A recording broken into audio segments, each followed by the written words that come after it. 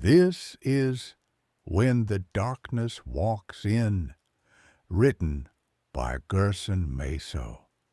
Chapter 6, Hidden Above, Exposed Below.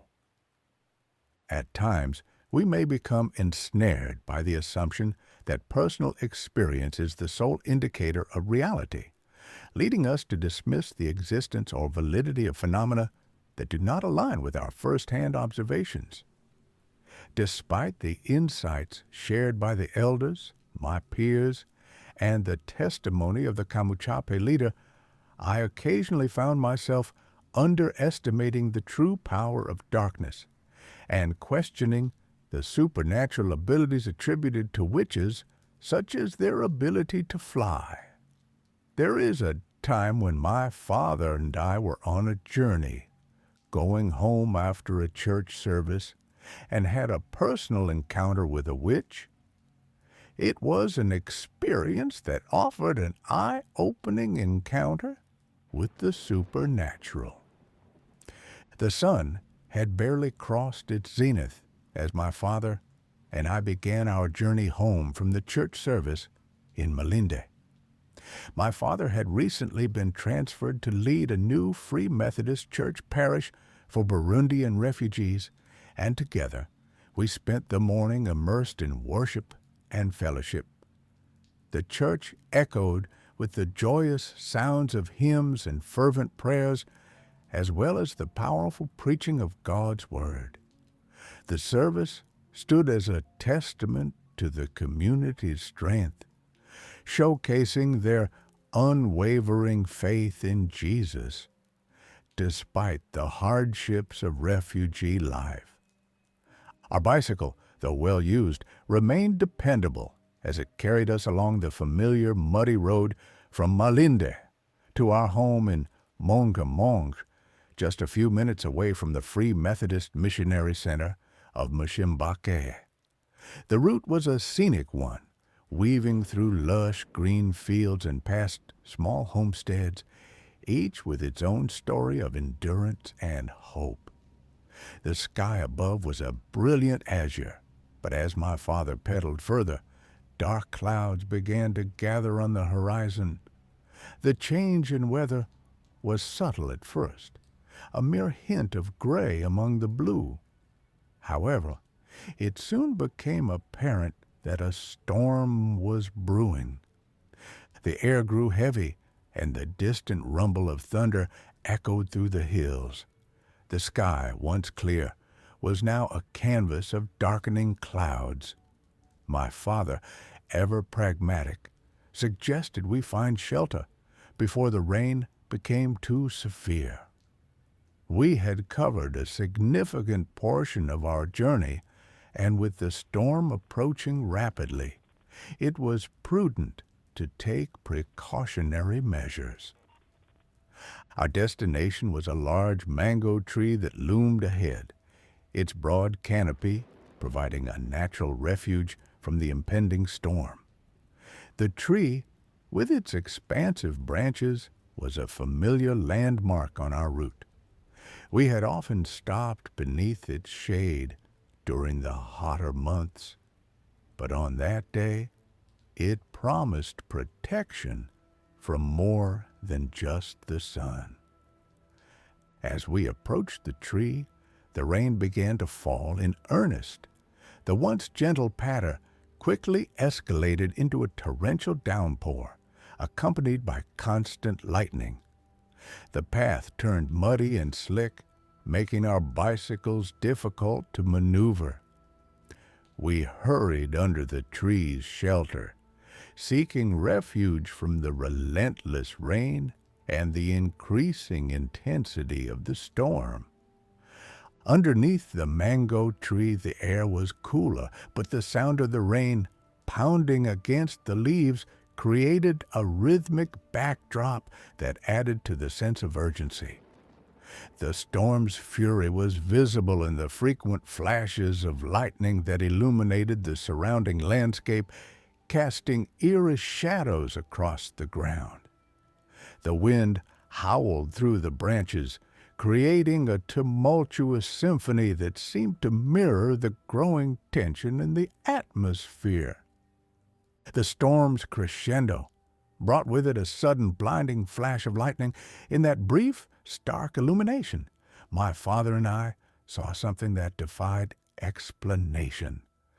Perched high among the mango tree's branches was a figure. Her presence was incongruous with the setting, and the sight of her was both startling and perplexing.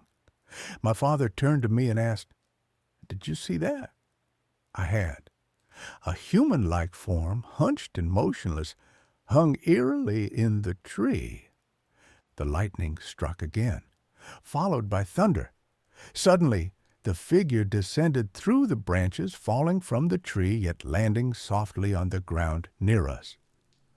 Our shock deepened as we realized it was an elderly woman wearing the innocence of Eve before shame had entered the world, likely in her 70s, her skin weathered and wrinkled.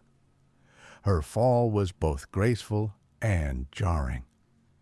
Despite her age and the dangerous height from which she had fallen, she seemed unharmed. The woman's sudden appearance was accompanied by an unsettling calm. As she stood before us, she greeted us with a simple "ekoloyo," good evening in the local language. The casualness of her greeting, given the bizarre situation, heightened the surreal quality of the encounter. Her demeanor was unnervingly composed, given the extraordinary nature of her appearance. No one responded to her greetings. As quickly as she had appeared, the woman vanished.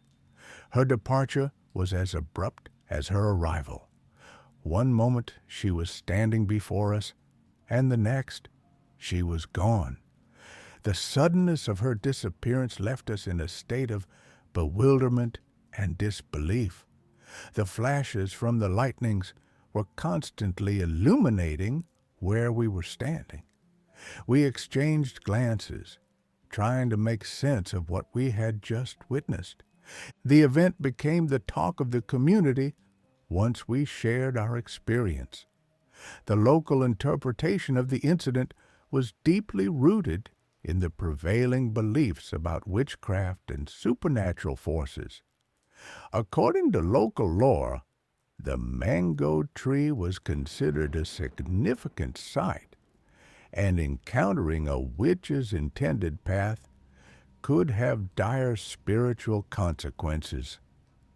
The community's reaction was a mix of reverence and apprehension. Many believed that our unexpected presence beneath the tree had interfered with the woman's ritual. In the context of local traditions, certain sites, like the mango tree, were believed to be spiritual gateways used by witches for their nocturnal journeys or occult practices. Disturbing these sacred paths was thought to provoke retaliation or cause spiritual affliction. Yet, we were unharmed. To us, this encounter served as a powerful testament to the protective presence of Jesus Christ, who resides within those who have faith in him. It was not our strength, but his, that frustrated the witch's intentions. While we physically saw an elderly woman that night, members of the community were quick to suggest that appearances could be deceiving. According to local beliefs, witches and sorcerers possess the ability to alter their physical form, a phenomenon often referred to as body shifting. This practice, rooted in spiritual manipulation, allows them to take on the appearance of someone entirely different. Sometimes a teenager, a child, or even a member of the opposite sex. In more extreme cases, they are said to transform into animals, such as dogs, cats, or owls, using these forms to travel undetected or evade confrontation. Body shifting serves a calculated purpose: to conceal true identity, carry out occult missions unnoticed, or avoid retribution if exposed. For the local people, The old woman we saw may not have been old at all, but a cloaked presence, enabled by dark, demonic spiritual forces to camouflage in plain sight. This interpretation reinforced both the community's spiritual caution and the depth of our personal faith. Word of the incident spread quickly, and as the story circulated, it was retold through the lens of traditional beliefs and biblical conviction.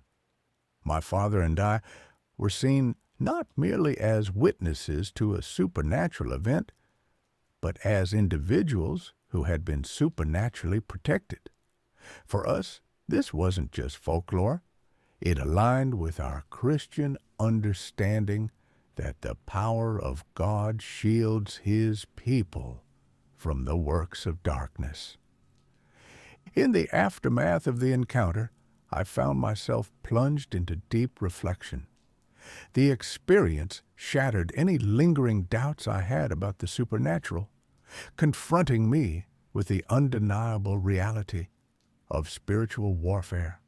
What had once seemed like distant abstract theology now stood before me in stark, tangible form, a sobering reminder that the unseen realm is deeply intertwined with our everyday lives.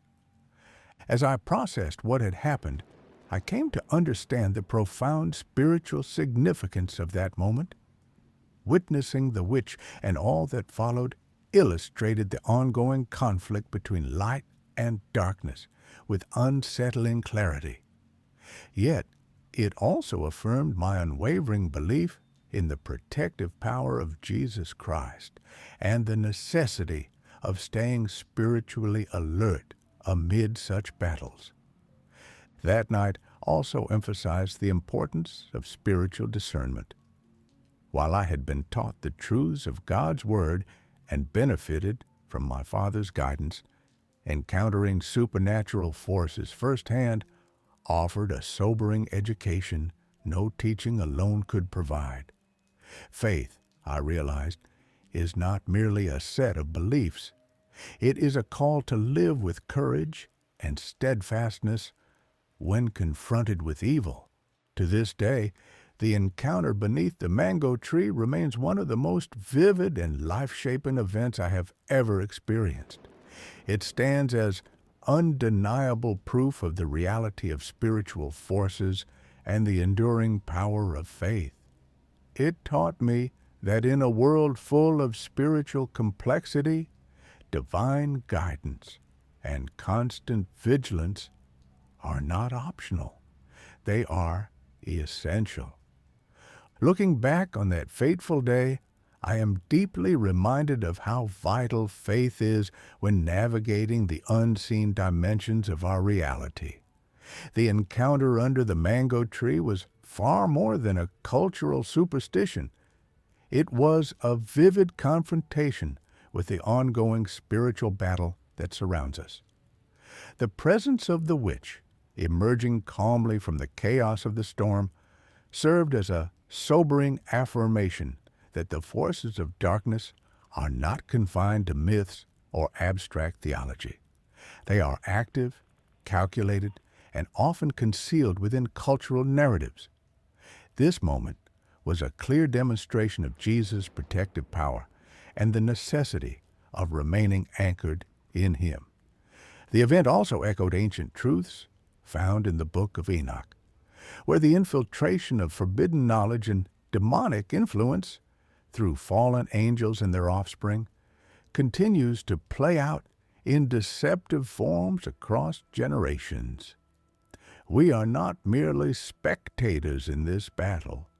We are called to stand firm, equipped, and alert. Thank you for listening to Chapter 6 of When the Darkness Walks In by Gerson Meso. Subscribe and turn on notifications to hear more when new content is posted.